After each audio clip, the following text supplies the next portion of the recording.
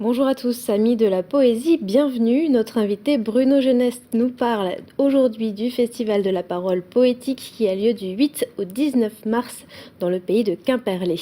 Le programme dans un instant. Avant cela, le point sur l'actualité de ce mercredi 7 mars dans le Finistère. La catastrophe a été évitée de peu. Dans la nuit de mardi à mercredi, plusieurs bouteilles de gaz ont explosé dans une station-service brestoise, une station entourée de pavillons.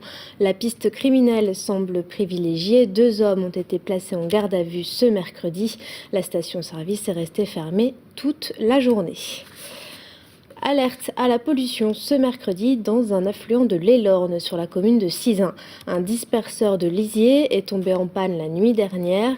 L'eau noire a coulé le long des fossés jusqu'au ruisseau d'Ourarmenglaz. Une pollution qui intervient à 3 jours de l'ouverture de la pêche et qui inquiète les pêcheurs. On écoute le témoignage de l'un d'entre eux au micro de Frédéric Lorenzon.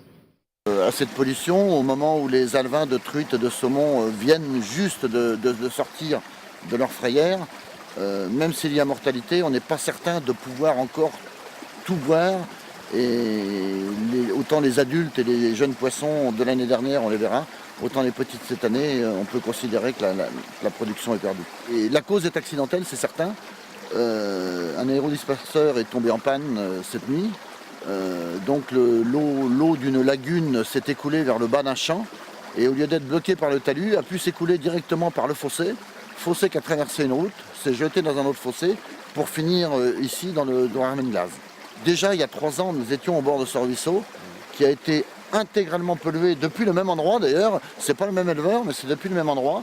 C'était également un problème d'aérodisperseur. Les agriculteurs, les éleveurs font beaucoup d'efforts, mais ces causes techniques, je dirais un petit peu répétitives concernant ce ruisseau, doivent pouvoir être supprimées.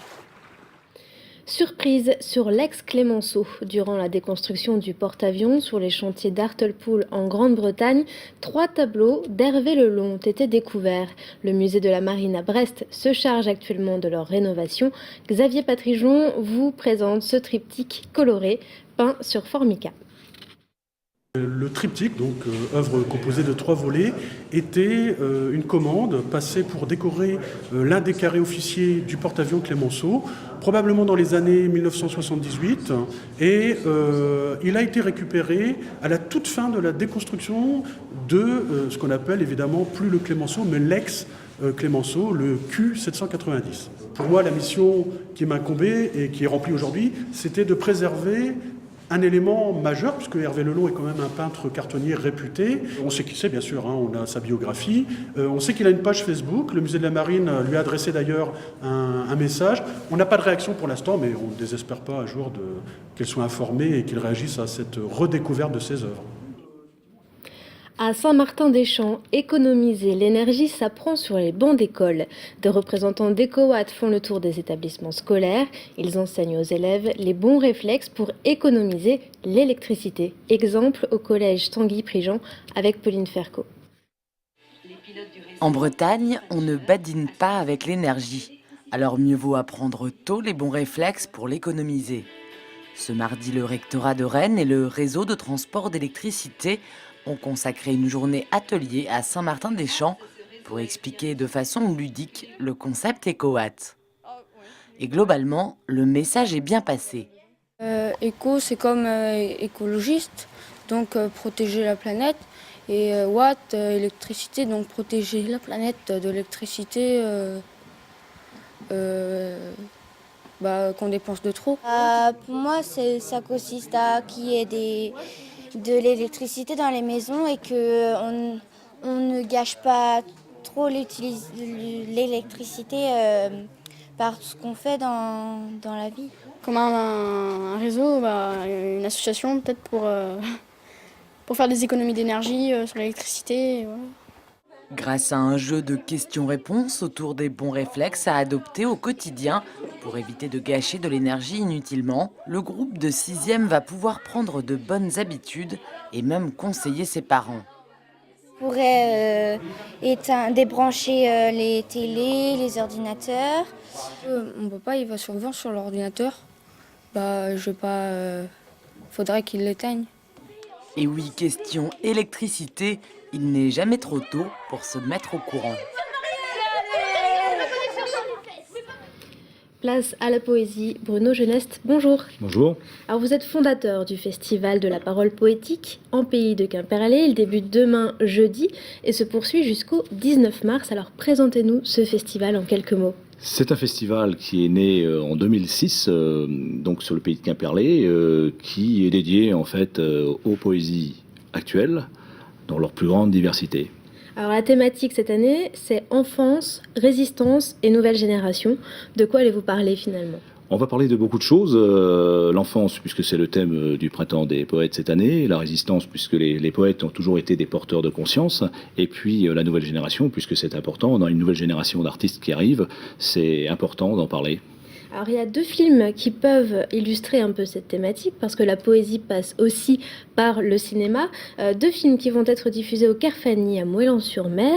Demain, jeudi 8 mars, vous diffusez le film de Mourad Benchek qui s'intitule Plus jamais peur. Plus jamais peur, qui sera suivi d'un débat animé par le poète Tahar Bekri.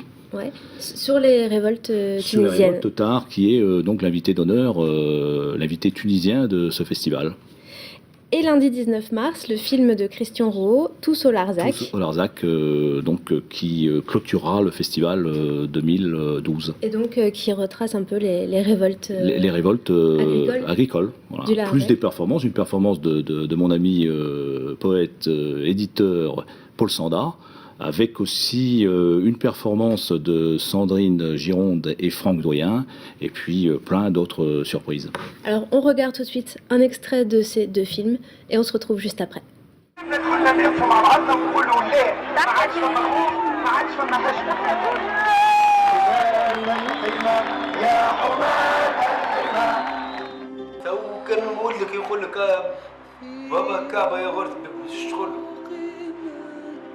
تبقى تغزر له اسكت تبكي انت وبيا يبكي هو وانا فهمتكم يا نعم انا فهمتكم فهمت الجميع البطال والمحتاج والسياسي والمطالب مزيد من الحريات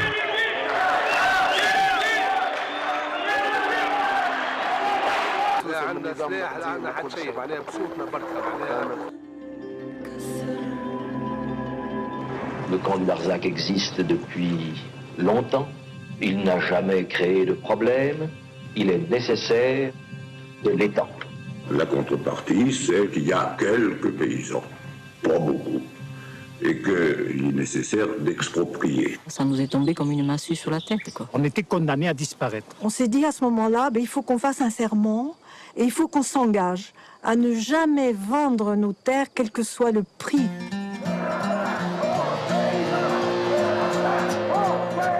La première riposte, ça a été de protester avec les outils qu'on avait. Et dans la région, on a 2 choses, les brebis et les tracteurs. Et on s'est aperçu que c'était une arme extraordinaire parce que nous, on sait comment l'apprendre une brebis. Des flics. Alors Bruno Geneste, quels vont être les autres temps forts de ce festival ? Les temps forts, il y a également ce spectacle de Jacques Weber qui sera présenté à l'Ellipse le dimanche 18. En clôture, quelque part. Il va y avoir... Avec son spectacle Éclat de rire ? Éclat de rire, voilà, c'est ça, son spectacle qui présentera à partir de 17h donc, à l'Ellipse. Il va y avoir aussi le duo Lido Brune, soirée cabaret, donc ça c'est le samedi 17. Je me produis sur scène puisque je suis également poète donc, pour un hommage à Xavier Graal. Donc le vendredi 16, si je ne me trompe pas, en première partie d'un excellent spectacle, un hommage en fait à Mac Jacob par Melaine Favenec. Voilà. Tous ces spectacles sont gratuits ? Non, il y a quelques-uns qui sont payants quand même, 4 euros pour le spectacle de Melaine Favenec, 4 euros aussi pour la soirée cabaret, et puis 10 euros je crois pour Jacques Weber. Donc ce sont des tarifs tout à fait abordables pour passer un bon moment avec ce thème qui est riche et dense.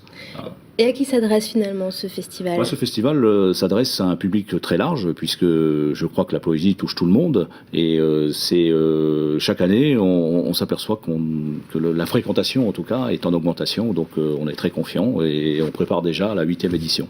Et toute la programmation est à retrouver sur le site internet. Sur le site internet www.festivaldelapparolepoétique.blogspot.com. Merci beaucoup Bruno Jeunesse d'être venu sur ce plateau nous parler du Festival de la parole poétique qui débute demain le 8 mars dans le pays de Quimperlé, qui se poursuit jusqu'au 19 mars. Voilà, c'est la fin de ce journal. Merci à tous de l'avoir suivi et à demain pour un nouveau JT. Au revoir.